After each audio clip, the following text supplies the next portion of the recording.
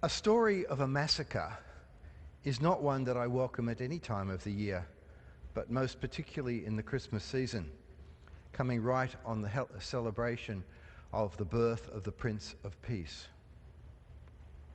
Matthew thought otherwise. The story of the massacre of the children is part of that gospel.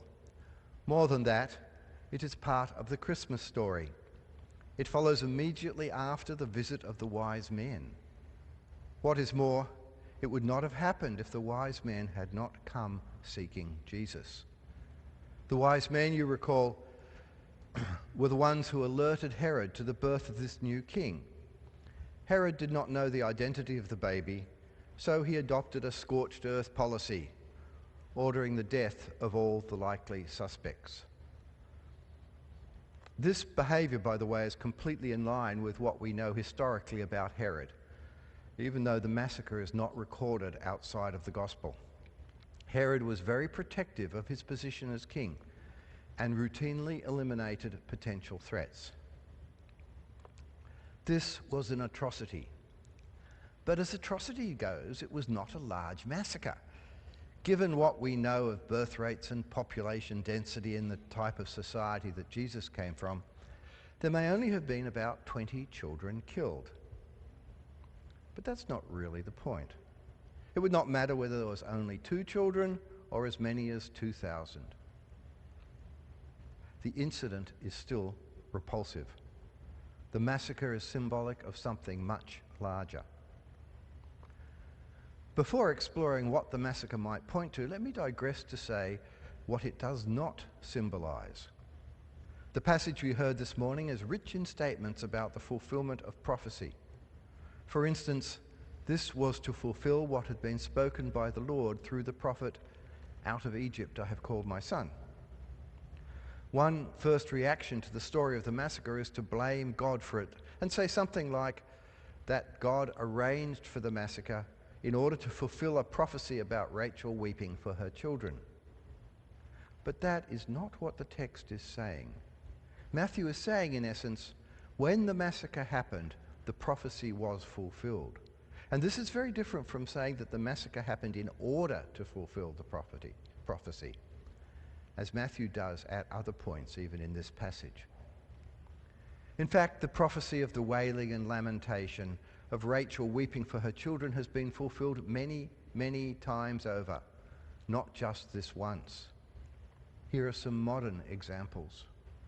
Rachel, the mother, weeps for her children in Africa taken away to be child soldiers. Rachel, the mother, weeps for her children among the poor of Asia, taken away to be child prostitutes or slave workers.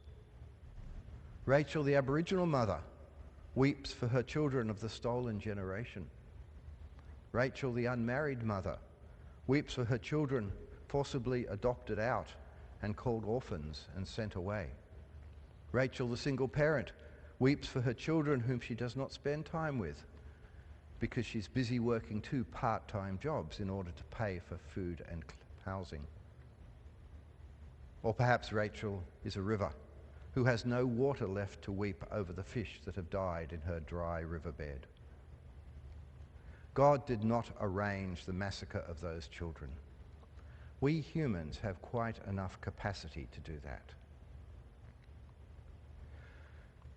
Another response similar to this is to become angry with God and question God's mercy. If God is all-powerful, some would say, then why did God let this happen? God could have stopped it. Yes, indeed, God could have stopped the atrocity. God could stop any atrocity. But God decided long ago to give humans free will. And the free exercise of that allows humans, like Herod, to bring death. What is more, in those situations of the mother weeping that I have listed above, stolen generation, slave labor, and so on, I think it would be quite fair to God to turn to us and say, you people, Peter, Scots, Australia, you have the power to stop these things. Why did you not stop it? Why did you allow such evil to happen? Sometimes we're complicit in evil because we stand and let it happen, just as the court advisors stood by and let Herod have his violent way. Herod, the paranoid king, ruthlessly eliminated those who would challenge him, even his own children. Yet under his rule, the country prospered. The temple in Jerusalem became one of the wonders of the world. The tourist economy boomed. Why would those benefiting from a strong economy under Herod risk their leader for 20 peasant children in a backwater town? Sometimes we are tempted to turn a blind eye to injustice because we benefit from it. Slave labour in faraway country makes for cheap clothes in Australia. Exploitation of the earth's resources makes for a comfortable lifestyle in the present. If the story is not one of the violence of God, then what does it point to? Let me make some observations about the symbolism of the story. First, the story is redolent with links to the Hebrew Bible, not just in the statements about the fulfillment of prophecy, but also in the allusions to the history of Israel and the time spent in Egypt. In the story, Joseph seeks security in Egypt for his family. A long time before, another Joseph went to Egypt because of a famine in his land. That first story ended badly. Pharaoh began to persecute the children of Israel, oppressing them and killing them. Moses came on the scene and let the people out, but in order for that to happen, there was death and violence. In the story of the Exodus, there's an escalating staircase of violence. Our gospel story shows God responding in another way. Instead of responding to violence with violence, instead of retaliating to a threat to the baby, God's son, instead of these things, God flees. The birth of Jesus had already made a difference in the world, for the story shows us that the way of non-violent resistance, a way of non-violent resistance in the face of human oppression. The story links to our circumstances in other ways. Christmas is a time of great excitement, celebration, and joy. In the gospel story, that was the case for Joseph and Mary, the safe arrival of the child, all the excitement the birth created with shepherds and wise men, expensive gifts. And I hope that Christmas this year was also a time of celebration and joy for you. But what happens next? Often, once Christmas is over, the decorations packed away, life just goes back to being normal. For Joseph and Mary, after the birth of Jesus, life can never go back to what it was before. They cannot return to stay in Bethlehem. For as long as Herod remains alive, they cannot even live in their homeland. They must flee. So they become refugees in Egypt. Joseph and Mary were refugees, and for a few years they build a new normal, the life of a foreigner, with no family nearby, struggling with a strange language, looking for work, coping with different customs, culture, and values, but at the same time, safe and cared for. There are no deadly threats in Egypt. It is a place of safety and welcome for Jesus and his family. And I wonder, where would the church be today if Egypt had refused entry and refugee status to Joseph and Mary? Back on track.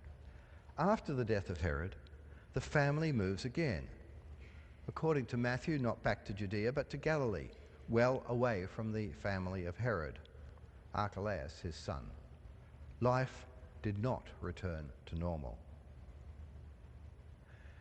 And I wonder if, for the rest of his life, in the back of his mind, Joseph was always aware that someday he might have to move another time, if the wrong ruler came to power in his area.